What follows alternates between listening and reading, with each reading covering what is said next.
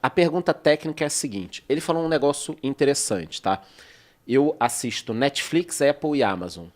A minha experiência com a Netflix é muito melhor. Sim. Procurando filme, fazendo tudo, inteligência artificial. Eles ficam trocando as capas. Troca capa, até isso, a hora troca que eu capa. clico naquela porra. A minha pergunta pra você é a seguinte. Pro cara leigo, pra mim é difícil entender. Porra, cara, não dá pra fazer um sistema facinho lá com 2 programadores só numa salinha e tal.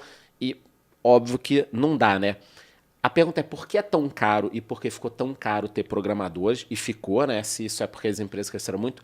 E na parte das ações, você vê uma semelhança dessa queda das ações com a época da bolha.com? O que o pessoal está falando no Vale do Silício? Então seriam 2 perguntas. A primeira, por que é tão caro e difícil fazer um sisteminha fácil?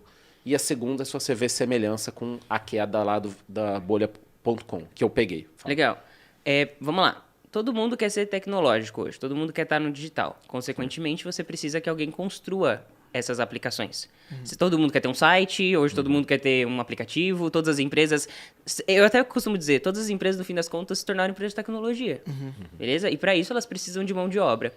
E essa demanda, hoje, a gente tem mais ou menos, sei lá, 1.400.000 pessoas da área de tecnologia no Brasil, por exemplo. E a Brascom diz que a gente vai ter uma demanda de pelo menos 800.000 pessoas que não vai ser preenchida nos próximos 3 anos. Então tem vaga aberta agora para programador. Vaga aberta até não querer mais, sem dúvida, assim, é a profissão com mais vaga aberta. E aí a gente vê o movimento de um monte de gente fazendo transição de carreira, vindo de outras áreas, porque as outras áreas também tiveram problemas durante a pandemia, muitas outras áreas. Vocês estão aceitando a lista, Thaís? Olha, mano... Então vamos formar a gente aqui na Start, entendeu? Distribuindo currículos vitais. E não é à toa que, por exemplo, a gente está investindo em construir uma plataforma de ensino de tecnologia para quem não é de tecnologia. Que muitas das vezes falou, poxa, eu nunca vou ser um programador, uma programadora na minha vida. Mas é que a demanda está muito alta. E pensa assim... Lá fora também, no Vale do Silício. Lá fora tá absurdo. Absurdo. A questão é que, e aí é o ponto que linka com a ação. Então, beleza, deu pra entender, né? Que, tipo, toda vez que você precisa de tecnologia, você precisa de alguém que construa essa tecnologia. E aí todo mundo tá querendo. E aí todo mundo, no fim das contas, toda empresa precisa de pelo menos uma pessoa extremamente capacitada, que é o que a gente chama de sênior. Porque como que você, sem ter um sênior, é igual sem ter uma pessoa muito boa de economia dentro de uma empresa, sei lá, de análise de investimento, como que você vai treinar os mais novos? Então, falta mão de obra capacitada, falta pessoas muito boas naquilo que elas fazem tecnicamente falando. E aí, a gente começou a ver uma esquizofrenia aí falando sobre o mercado de tecnologia. Nos últimos anos, de verdade, gente, o mercado de tecnologia tá muito, muito louco. Tem empresa onde o programador ganha mais que o próprio diretor. Por quê? Porque a única forma de trazer o desenvolvedor sênior era pagando rio de dinheiro. Eu tenho amigos que ganham 25 mil CLT, por exemplo, aqui no Brasil, facilmente.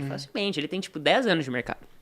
Então, assim, começou a ter uma loucura porque eu começava a roubar o seu sênior, eu oferecia mais pra ele, ele queria vir por mais dinheiro. Oferta e demanda, né? Oferta e demanda. Ninguém sabe fazer essa porra, Exato. Todo mundo querendo contratar. E a gente começou a ter um outro problema grande durante a pandemia, que foi, as empresas de fora valorizam muito o brasileiro. O brasileiro tem várias características muito interessantes. E começaram a oferecer pra pessoa trabalhar de casa e ganhar em dólar e euro. Enfim, assim, tá um caos. O universo de tecnologia tá um caos, falta gente e tudo mais. E aí, em relação às empresas de tecnologia, nesse exato momento, as Big Techs, por exemplo, congelaram as suas vagas. Então, durante a pandemia, eles contrataram a rodo. Muitas empresas que... Você fala assim, as empresas de tecnologia durante, sei lá, a crise de 2008 e durante o período de pandemia, elas cresceram muito. Mas uma hora a conta chega, né? E a conta, querendo ou não, nesse momento tá chegando. As Big Techs congelaram as suas vagas, né? A Meta, enfim, várias empresas. Mas a gente precisa levar em consideração e entender o que de fato é o congelamento e o que de fato é a diminuição de investimento. Vou dar um exemplo. Porque a Meta agora, ela tá investindo menos em infraestrutura de inteligência artificial, na parte de metaverso, realidade aumentada e tudo mais. O que é essa diminuição? O Mark deu uma entrevista e ele falou para Insider que a diminuição ao invés de ser de 90 a 95 bilhões, vai ser de 82 para 90 bilhões. Então, assim, é uma diminuição, mas diminuição de quanto para quanto? Continua sendo um investimento absurdo de gigante, sabe?